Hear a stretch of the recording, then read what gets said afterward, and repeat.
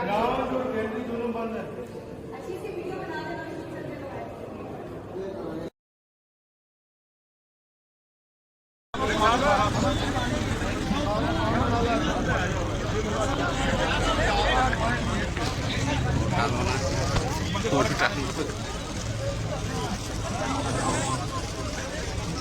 बैठ जाए सारे बैठ